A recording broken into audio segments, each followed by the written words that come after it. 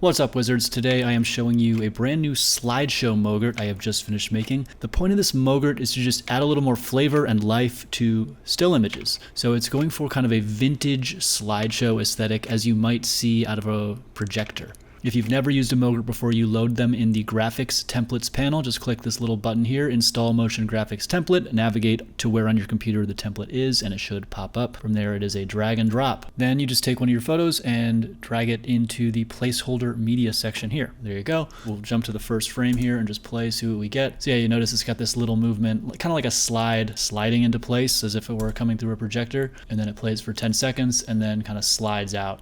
So if you'd lined a few of these up, and I'll just throw another photo in here. So in sequence, the photos work together to produce this changing slide effect. So what else can we do?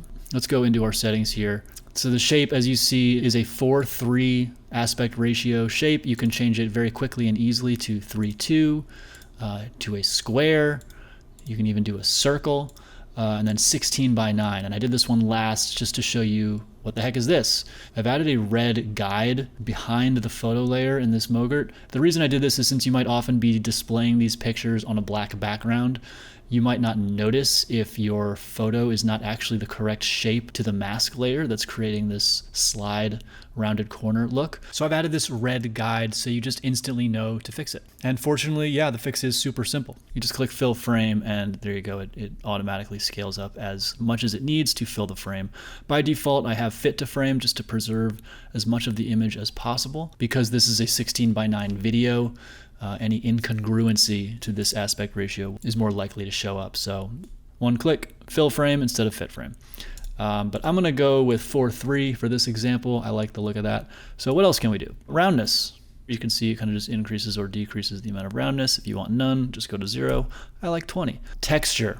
So one way of adding a little bit of extra life to these photos is to give it a texture. Now this template has the ability to effectively generate two different texture looks. One is paper, the other is film grain, or something close to it. Now what makes this template special is there's no like texture.png overlay under the hood. There's no film grain stock media under the hood. This template generates the textures on the fly. Coarseness is the main slider control for this effect. At one end, you get more of a paper look. On the other end, you get more of a film grain look. It's a little hard to see on a small screen, but if I crank it, you can see what's happening. I think the effect works best when it's more subtle, but just for the sake of showing you, there you go. The other cool effect is random seed down here. So, like I said, this graphic is being generated on the fly. And you can see as I just slide through this, it's changing the texture.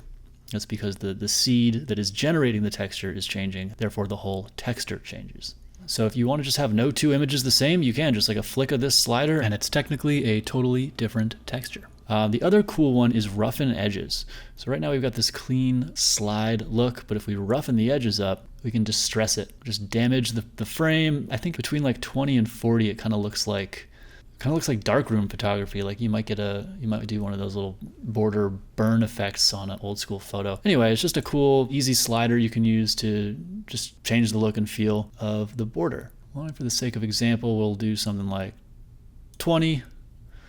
And then coarseness, I kind of like the subtle, more like film grain. So we'll go minimal on that. And intensity, not quite that intense, but real subtle film grain like effect. That's the idea anyway. It's one of those things where you don't notice it so much, but if you took it away, you would notice it. Sometimes that's exactly where you want to be with this sort of effect. Let's just keep going down. We've got hotspot. So hotspot is kind of just what it sounds like. On the one hand, this can be just a way to subtly draw the eye. On the other, this is a way to kind of add an artifact into your clip that looks kind of analog and in a way janky, but maybe that's what you want. Maybe you want it to look kind of like old disposable camera and just crust up the image a little bit. I think it's, again, one of those subtle things where when it's there, you don't even notice it. For example, like now, but then if you just toggling back and forth, it's just a little something that it might be a nice to have, not a need to have, but a nice to have. All right, so we'll leave that at 9 just for the sake of example. And I don't know if you noticed, but you can scale up or down and change the position of the hotspot however you want with these controls. Continuing down, animate. So paper animate and edge animate. What is that? So all those changes that we made to the texture, the roughen edges, it's all static. But this section allows you to actually animate that. So I'm going to check both of these on so you can see what's going on. It's sort of this slowed down, almost papercraft looking aesthetic. And in fact, I will render this just so you can see a little cleaner what's going on. And you did notice that rendered pretty quick. So it's nice that it does respond quickly to making these tweaks.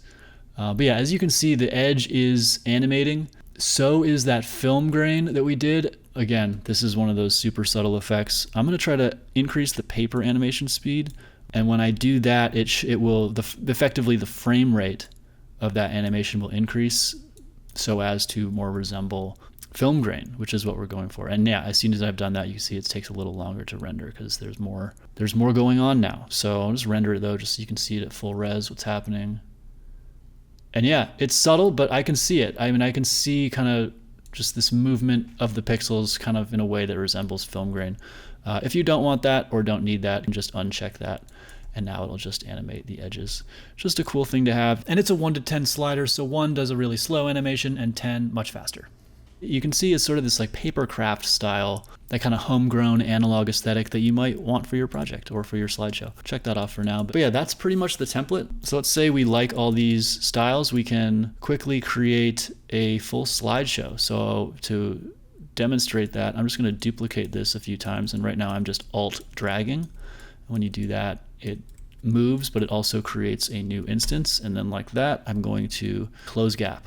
So if you don't have that keyboard shortcut set, that is a really useful one. It's called close gap. All right, so we've got all these instances of this MOGRT, and I am just going to kind of drag and drop some new photos into here. See what we got just by doing all that. But yeah, you know, it's not bad. Kind of just off the bat. Oh, I forgot one other cool effect. Flicker. It's just a little subtle, it makes it look like it's being projected. So I'm going to turn that on. I should have done that for all of them, but I'm going to turn that on for a few of these.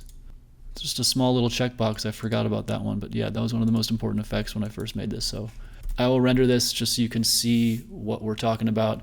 And this is a 1.5 minute thing to render this on my machine. It's taken just about 10 seconds. So not bad, all things considered. There's a lot going on under the hood with this template, and to have it just kind of work quick like that is nice.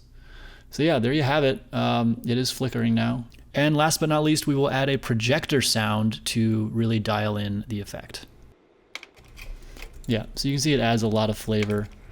That's pretty much it for this template. If you have any questions, feel free to drop a comment. You can find this MOGRT and others at videowizard.io. You can also reach me at hellovideowizard@gmail.com. Thanks for checking out this video, and I will see you on the next one.